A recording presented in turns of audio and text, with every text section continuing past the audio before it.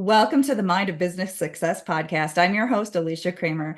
I have Cheryl with us. We are going to talk about the power of making decisions. This is going to be a great episode. Cheryl, you are the expert when it comes to decision making. Welcome to the show. Let's start by talking a little bit about the work that you're doing in this world and how you are helping people to solve problems and make good decisions, because there's a lot of people out there that don't really trust themselves to make good decisions, and I want to help some of those people today. Well, thank you so much for having me. I feel very lucky to do the work that I've been doing. And, decision making is a uniquely foundational skill. It improves all aspects of the way that we move into our future. And I'm really focused on helping people to feel a greater sense of agency and capability that they can make good decisions, and they can do so in a way that really strengthens their relationships. And so I'm very focused on this intersection between people and processes and how we help ourselves to have a good future. There are probably a lot of different thoughts flying through people's minds right now. Even the word itself, decision, is either going to evoke a sense of empowerment for people or a tremendous sense of disempowerment if they don't trust themselves or they have made some bad decisions in the past. Let's touch on this for a moment, the psychology behind this, because we're all making decisions every single day. From the small decisions that we're making, which sometimes don't even feel so small, like what are we going to have for dinner, right? It's like a full-on, discussion, and there's all that, is it easy to make that decision or is it hard to make that decision, to the big decisions, like where do I invest my money? Should I relocate my family? Should I take on that key employee? Should I spend that much money on an employee? So from your vantage point and the research that you've done and the work that you've done in this field for so long, what is that obstacle for people? What's going on within people that's causing them to have such a difficult time?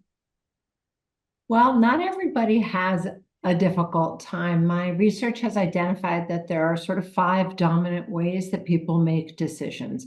And each of these are different underlying value structures. And it means that different people are optimizing for different things in their decision making. And this new research is described in my newest book called Problem Solver. And I'll just give you and the listeners a bit of an overview of these 5 different decision-making archetypes that I call problem solver profiles. I gave them fun names because we haven't really had a lexicon related to decision making. And when we have something that's memorable, it's easier to be able to unpack it and to think it through. So the way to think about the 5 different ways that people approach decisions are the adventurer, the detective, the listener, the thinker, and the visionary. And the adventurer isn't somebody who finds their decisions weighty. They may have big and small decisions and see them all as things that are opportunities, that are exciting.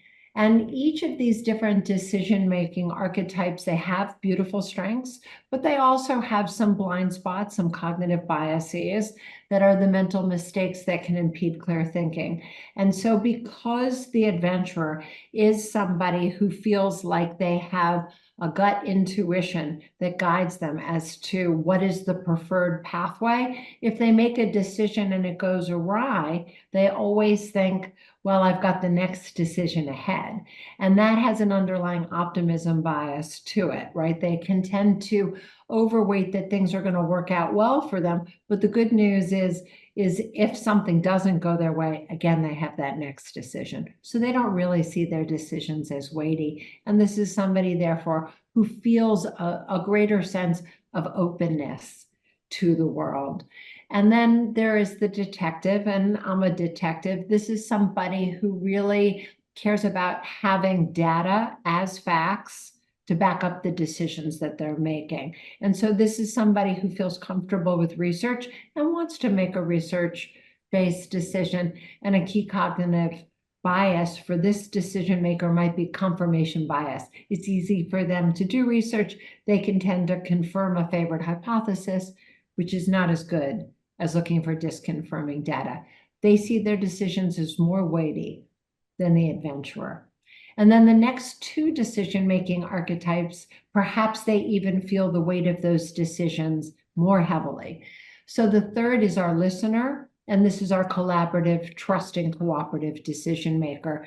She sees people's opinions as evidence. She doesn't need data, but she considers opinions to be evidence for her. And so a cognitive bias that might get in her way is a social proof bias, where she can be swayed by the wisdom of the crowd. For our fourth decision maker, this is the decision maker that really expends a lot of energy on their decisions. When they come home after a day of making decisions, whether they're at school or they're at work, they may just be out of energy related to their decisions. And this is our thinker. And this is the decision maker who really wants to be able to understand the why behind their decisions. And they want to mitigate the downside more than solve for the upside. So this has a real loss aversion associated, where they'd rather be able to prevent a decision from failing than either solving for the best outcome possible or the best possible outcome. And then our final of the problem solver profiles, this is our visionary. And this is somebody who sees themselves and cares about originality and creativity. And so a cognitive bias for them might be a scarcity bias, where they can tend to overweight something that they find as rare when something workaday may be fine. So you can see that for the detective, the listener, and thinker, decisions can seem more weighty. They spend more time in problem solving, but both the visionary and the adventurer, they spend more time in decision making. They can more easily identify the outcome that to them sounds like the right pathway forward. This is amazing. And I have not heard anyone share anything like this before. We have this tendency to put everything into these overgeneralized classifications, and you're helping people to see there's a certain process that's going on here within me. I'd imagine that as somebody begins to understand that better, it really helps, because we do tend to judge ourselves a lot for what we perceive to be shortcomings. Like, I see that person over there doing their thing, and they look like they have it so much more together than me. Why couldn't I just be more like that? Right? I think, first the experience that I've had with people is there's a tremendous sense of pride in being able to better understand why they're doing what they're doing, and to understand what's beautiful about that, because each of these ways of moving in the world has some great beauty to it. But I think the other thing that it can do, and you pointed this out nicely as well, is that until now, we may have tended to bring criticism to the way that somebody else solves problems. It doesn't look like ours, and so there must be something wrong with it.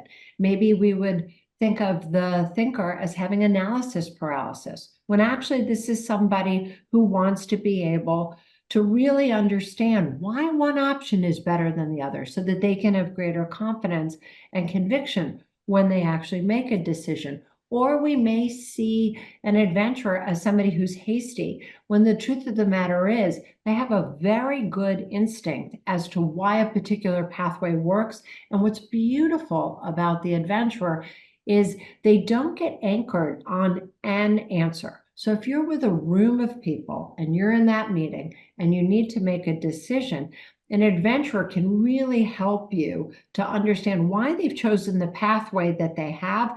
And then if somebody else at the table speaks up and says something, they can quickly jump into why that instead would be a better path forward, or how those ideas complement, or maybe even have some creative collision between them. And so I think you can gain a better appreciation for the other people with whom you need to make decisions. And I've also started to think of this in my own mind as a trust accelerator, because each of these profiles are optimizing for different things in their decisions, and they have different information needs in order to make a decision. If I can identify what they're optimizing for, I can come to them with the information that they need to make a decision, so we can more easily reduce interpersonal conflict and make better decisions together. This is so powerful in our personal relationships as well as in our business relationships. I mean, I have to say that I've recently seen some colleagues posting things, kind of putting down certain people's decision-making processes. Like, oh, if you're attracting this certain type of decision-making client, then that must mean you have that problem. And it's just a manifestation of your own, unresolved issue, and sort of praising themselves for being such a fast-acting decision maker. And I'd like to shed a little bit of light on this because a lot of times we're manipulated by misunderstanding. And we all need to be more open to understanding ourselves better so we can be better people, we can be better leaders, we can be better parents, we can be better spouses, we can be better employers, certainly better to our clients and our customers. When someone is listening to this and the light bulbs are starting to go off and they're looking at how this could be valuable to understand and to kind of bring into their personal life, their business, do you have any tips or strategies? Like, how does someone sort of bring this in and actually start to apply it in a practical, pragmatic way in their life or in their business? I think that's a good question. I think the first thing is for people to go ahead and take the problem solver profile, and you can access it at app.areammethod.com. We have about 10,000 respondents so far since the book has come out. And so I think first, building your own self-awareness of what is this body of knowledge. And then, you can either have discussions with your team about this. You can bring in my colleague Emma and I, and we can come and facilitate workshops and help you to do this together, either to do it on its own to better understand about the problem solver profiles and the different ways that people make decisions, and why it's so useful to have a variety of these perspectives and the intellectual differences that they bring. And then the other thing is to actually come with a specific decision and have us to work with you as you're having your team actively work through the problem, so that you can see how naturally people approach the same problem, not only in its understanding, but in the process to actually tackle it differently. And so I think there's a variety of ways that people can do this on their own, but also with assistance, because it's hard. We would all like to think that we see ourselves clearly, but the way that we see ourselves is often not how somebody else experiences us. And even those of us who, try to keep that sense of enlightenment to whatever extent we can have it, I always find that it's so useful when we're learning a new set of tools to be able to help us have somebody to work with them, to really feel like we're all on the same side of the table, we're in a level playing field, and we have an opportunity to be students as well.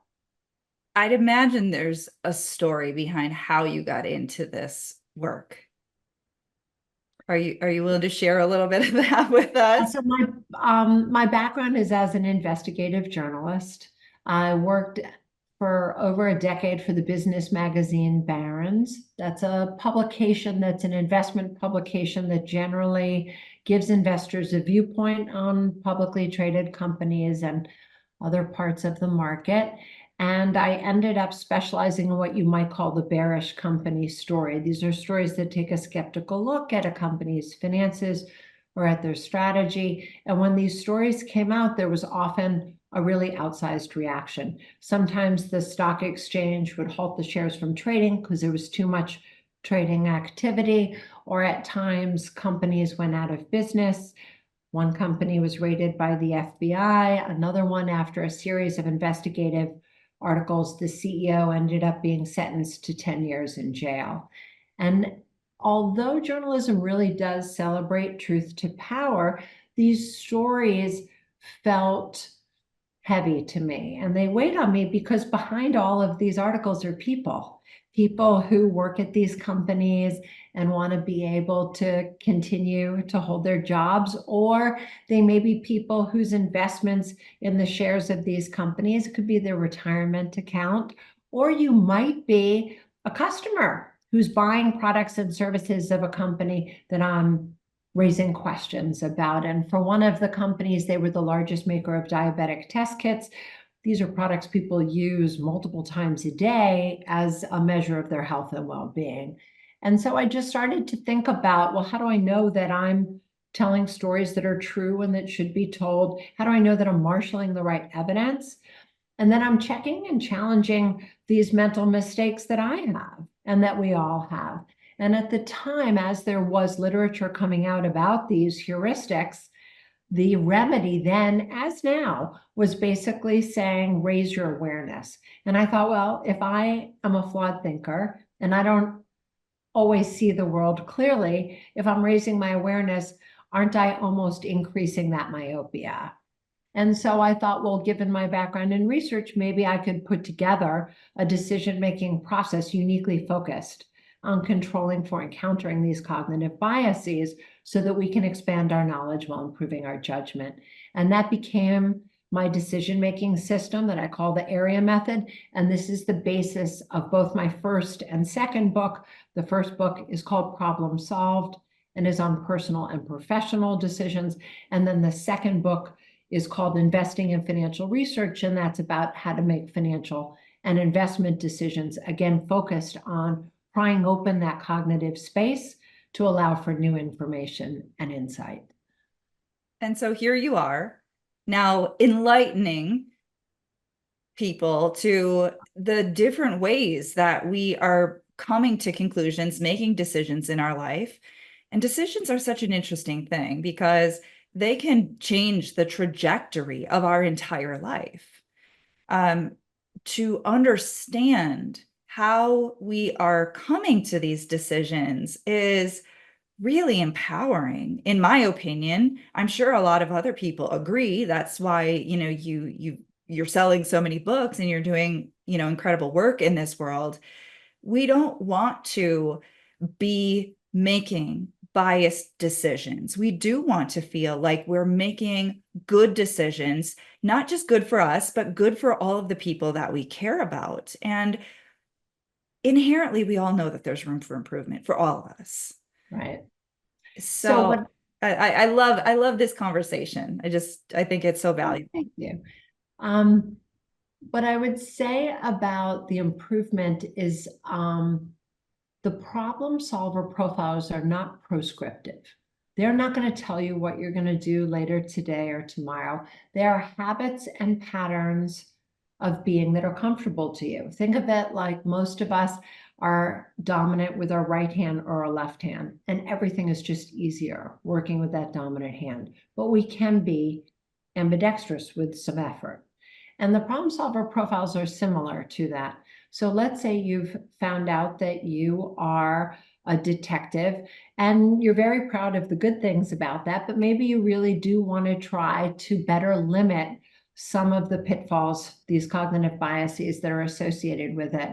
Well, first, having the knowledge of the other four profiles can show you other ways more clearly of making decisions. So that's one. And then second, you have the invitation to try any decision that you'd like in the profile of somebody who is a different problem solver profile than you are. So let's say you want to build some of the beautiful skills of the listener. Well, you might say to yourself, what decision do I want to choose to make the way that a listener would make it? And you can not only engage with it that way, but then you can also see and experience, where am I feeling discomfort? What doesn't feel natural? And the nice thing is that discomfort isn't bad. That's where the growth is. And now you have something clear that can help you to really lean into becoming a more dynamic decision maker. And so that is available to you. And the other thing that I would say is many organizations, even if they sound intellectually diverse or they look like they're intellectually diverse, you may have very large groups of one particular problem solver profile, for example. But again, knowing the 5 profiles, you can bring in questions from the different vantage points. And this can give you a more fulsome understanding of the decisions that you are making. So you mentioned being more dynamic in your decision making.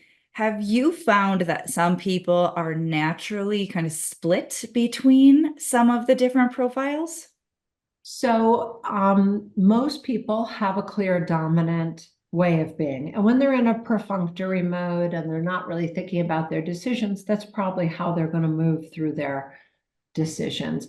And most people have a secondary. Some people have a weak secondary, some have a very strong. And we also have what I call situationality. These are situations where our dominant way of being can be overridden. And sometimes that's very good. If you're in a brand new situation and you are naturally somebody who's very decisive with a really clear way of making decisions like an adventurer, it might be terrific that the situation is so new and so unknown that you take an extra beat.